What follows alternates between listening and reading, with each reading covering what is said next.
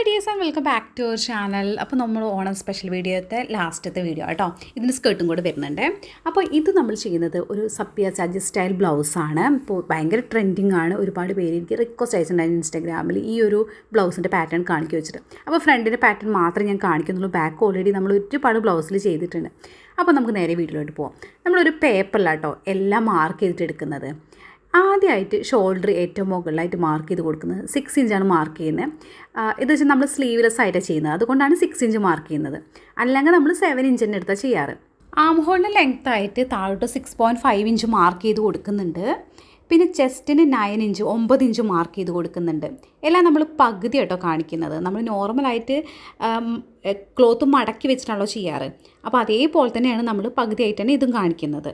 ഇനി നമുക്ക് ഒന്ന് ആം ഹോൾ വരച്ചിട്ടെടുക്കാം. ഇനി നമുക്ക് ബസ്റ്റ് പോയിൻറ്റ് മാർക്ക് ചെയ്യണം. അപ്പോൾ ഷോൾഡർ മുതൽ നമ്മൾ ബസ്റ്റിൻ്റെ ആ ഒരു പോയിൻറ്റ് വരെ ഉള്ളതാണ് ബസ്റ്റ് പോയിൻ്റ് എന്ന് പറയുന്നത്. ഇനി നമുക്ക് ആം ഹോളിൻ്റെ ആ ഒരു പോർഷനിൽ 4.5 ഇഞ്ച് മാർക്ക് ചെയ്ത് കൊടുക്കണം. പ്രിൻസസ് കട്ടിന് വേണ്ടിയിട്ടാണ്. അതേപോലെ തന്നെ നമ്മൾ ബ്രസ്റ്റിൻ്റെ താഴത്തെ ആ ഒരു പോയിൻറ്റും കൂടെ മാർക്ക് ചെയ്ത് കൊടുക്കുന്നത്. അപ്പോൾ ഞാനിത് വീഡിയോയിൽ കാണിക്കുന്നുണ്ട് കേട്ടോ അതെങ്ങനെയാണ് കിട്ടുന്നതെന്ന്. ബ്രസ്റ്റിൻ്റെ നേരെ താഴെയുള്ള ആ പോർഷൻ അവിടെയും കൂടെ ഒന്ന് മാർക്ക് ചെയ്യുന്നത് 11 ഇഞ്ചാണ് കിട്ടിക്കുന്നത്. പിന്നെ 13.5 ഇഞ്ച് നമുക്ക് താഴത്തോട്ടുള്ള ടോട്ടൽ ലെങ്ത് ഒന്ന് മാർക്ക് ചെയ്ത് കൊടുക്കുന്നുണ്ട്. അതൊന്ന് നേരെ താഴെ നീട്ടി വരച്ചു കൊടുക്കുന്നുണ്ട്. പിന്നെ ഒരു 3 ഇഞ്ച് സെൻറ്ററിൽ നിന്ന് മാർക്ക് ചെയ്ത് കൊടുക്കുന്നുണ്ട്. ഒരു 3 ഇഞ്ച് മാർക്ക് ചെയ്ത് കൊടുക്കുക. എന്നിട്ടൊരു 1.5 ഇഞ്ച് എഗെയിൻ ഒന്നുകൂടെ ഒന്ന് മാർക്ക് ചെയ്ത് കൊടുക്കുന്നത് നമുക്ക് പ്രിൻസസ് കട്ടിന് വേണ്ടിയിട്ടാട്ടോ. ഇനി നമ്മൾ 9 ഇഞ്ച് മാർക്ക് ചെയ്തില്ലേ, അത് കറക്റ്റ് സെൻറ്ററിൽ നിന്ന് ഒരു 3 ഇഞ്ചാക്കിയിട്ട് ഒന്ന് സെൻറ്ററിലോട്ടൊന്ന് ആക്കി കൊടുക്കുക കേട്ടോ. കറക്റ്റ് എല്ലാം 3 ഇഞ്ചാണ് നമ്മൾ സെൻറ്ററിൽ നിന്ന് എടുക്കേണ്ടത്. മുകളിൽ നിന്ന് 9 ഇഞ്ചും പിന്നെ സെൻറ്ററിൽ നിന്ന് 3 ഇഞ്ചും ആ ഒരു പോയിൻ്റാണ് നമ്മളവിടെ മാർക്ക് ചെയ്ത് കൊടുക്കേണ്ടത്. എഗെയിൻ നമ്മൾ ആ 11 ഇഞ്ചും മാർക്ക് ചെയ്ത് അതേപോലെ തന്നെ കേട്ടോ.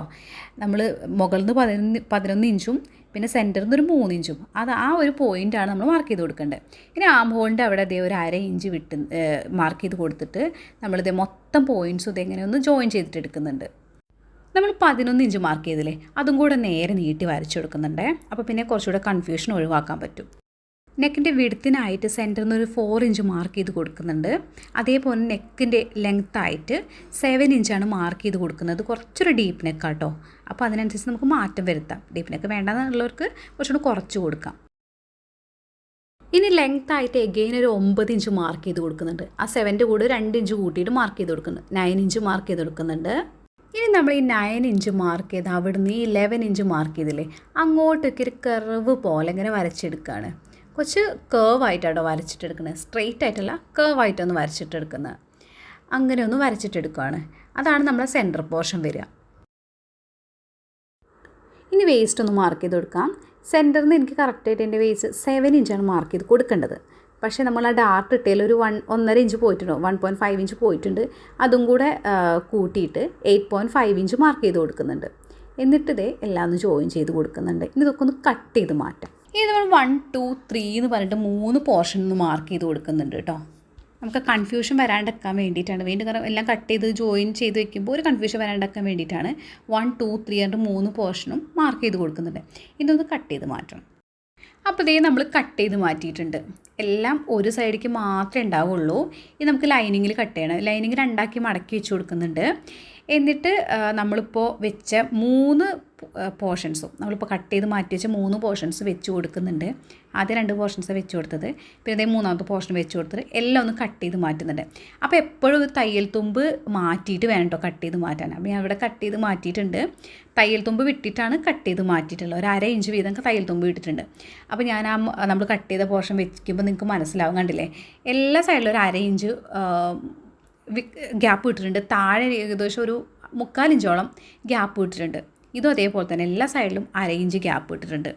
നമ്മൾ ആ ചെസ്റ്റിൻ്റെ പോർഷൻ വരുന്ന 2 സൈഡിലുള്ള പോർഷൻ വരുന്ന മാത്രം കേട്ടോ താഴെ ഒരു 3/4 ഇഞ്ചോളം ഗ്യാപ്പ് ഇട്ടത്.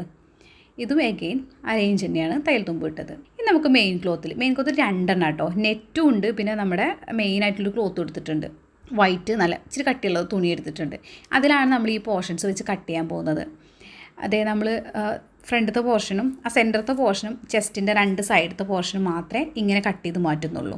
അപ്പോൾ താഴത്തെ പോർഷൻ കട്ട് ചെയ്ത് മാറ്റിയത് ആ മെയിൻ ക്ലോത്ത് മാത്രം കട്ട് ചെയ്ത് മാറ്റി. പിന്നെ എഗെയിൻ ഈ ഒരു ഫാബ്രിക് അവിടെ വെച്ച് കൊടുക്കുന്നത് ചെറിയ എംബ്രോയിഡറി ഒക്കെ ഉള്ള. ആദ്യം നമുക്ക് മെയിൻ ക്ലോത്ത് ഇതേ ഒരുമിച്ച് വെച്ചിട്ട് ഇങ്ങനെ പ്രിൻസസ് കട്ട് നോർമൽ ചെയ്യുന്ന പോലെ തന്നെ സ്റ്റിച്ച് ചെയ്തിട്ട് എടുക്കാം. 2 സൈഡും സ്റ്റിച്ച് ചെയ്തിട്ടെടുക്കും. ഇപ്പോൾ നമ്മൾ താഴത്തെ പോർഷൻ വെച്ച് കൊടുക്കില്ല, അത് ഈ പ്രിൻസസ് കട്ടിൻ്റെ പോർഷൻ നമുക്ക് സ്റ്റിച്ച് ചെയ്തിട്ടെടുക്കാം. ലൈനിങ്ങും ഇതേപോലെ തന്നെ സ്റ്റിച്ച് ചെയ്തിട്ടെടുക്കാം.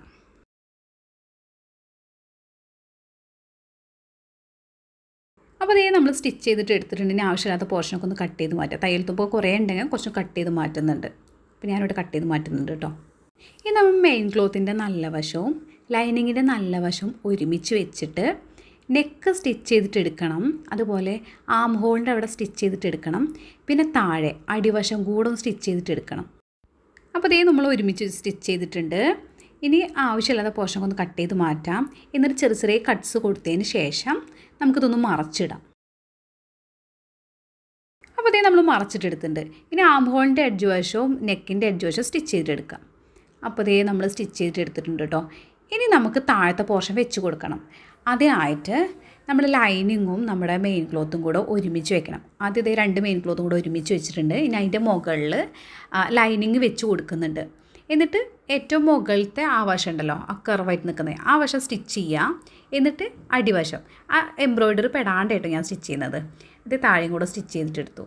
ഇനി ചെറിയ ചെറിയ കട്ട്സ് കൊടുത്തതിന് ശേഷം ഇതൊന്ന് മറിച്ച്. അപ്പോൾ ഇതേ നമ്മൾ മറിച്ചിട്ടു. ഇനി ഇത് നമ്മുടെ ഫ്രണ്ട് പോർഷനിലൊന്ന് അറ്റാച്ച് ചെയ്തിട്ടെടുക്കണം. അപ്പോൾ വീഡിയോയിൽ കാണാൻ അതേപോലെ തന്നെ നമ്മൾ അറ്റാച്ച് ചെയ്തിട്ടെടുക്കാൻ പോവാണ്.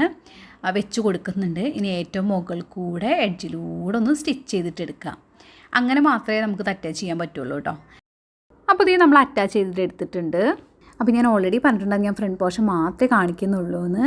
അപ്പോൾ ബാക്ക് പോർഷൻ ഞാൻ ചെയ്തത് നോർമലി ബ്ലൗസ് ചെയ്യുന്ന പോലെ തന്നെ ഹുക്ക് വെച്ചിട്ടാണ് ചെയ്തത് കേട്ടോ. അത് പിന്നെ ഒരുപാട് ബ്ലൗസിൻ്റെ വീഡിയോസ് നമ്മൾ കാണിച്ചിട്ടുണ്ട്. അപ്പോൾ അറിയാത്തവർ ഒന്ന് കണ്ടു നോക്കുക കേട്ടോ, മുന്നേ നമ്മൾ പോസ്റ്റ് ചെയ്ത വീഡിയോസൊക്കെ.